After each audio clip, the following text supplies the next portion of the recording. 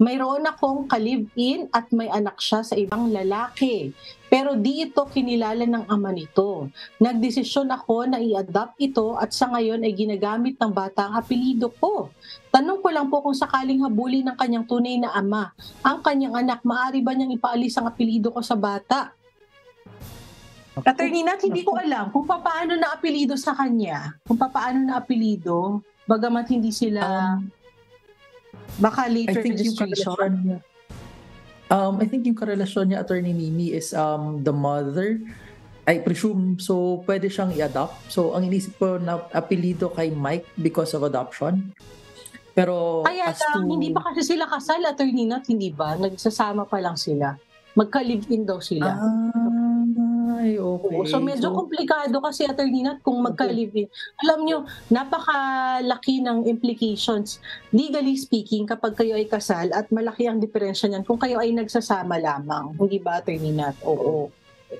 Naku, medyo Kasi mahirap. kayo ngayon, mahirap po. Kaya nagtataka ako paano po naiapelido sa inyo kung hindi pa po kayo kasal ng nanay ng bata.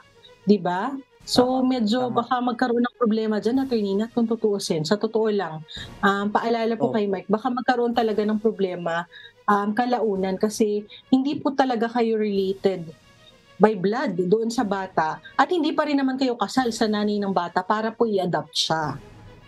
Totoo. Actually, tama ka, Attorney Mimi, no? Yung mode of changing the name of the child to his name is medyo problematic. Baka makasuhan pa si Mike dyan. Yes. So, sana ma-explain sa atin kung paano na transfer yun. Kasi pag sinimulate or may pinaking... It's a criminal offense, no? Yung simulation of birth. Kasi parang palalabasin mo na anak mo yung bata when in fact, hindi mo siya anak. Diba? Parang walang biological ties. Again, ang pwede lang magkaroon ng juridical ties, meaning from a legal perspective, magiging magkamag-anak kayo. Kagaya ng sinabi nga ni Texter Mike, is by way of adoption. But you cannot do that kung hindi pa po kayo kasal ng nanay ng bata. So talaga po magkakaroon ng habol ng tatay. Oo, kung sakali. No? Ganun nga. Pero baka naman, Attorney Nat, madaan nila sa pag-uusap, no? Pag-uusap.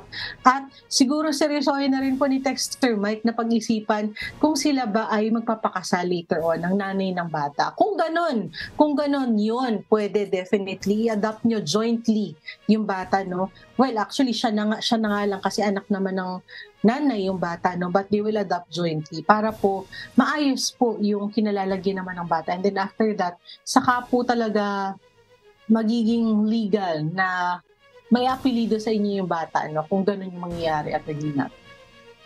And wala nang habol yung previous father if ganun yung case, Attorney Mimi. Kasi technically, it's their child na. Oo, pero kung hindi ganun, no, hindi talaga po pwede yung nangyari kay Texter Mike. Naku, baka talagang magka-problema at baka kayo po ay makasuhan pa later on. Hindi po pwede talaga yan sa ating umiiral na batas.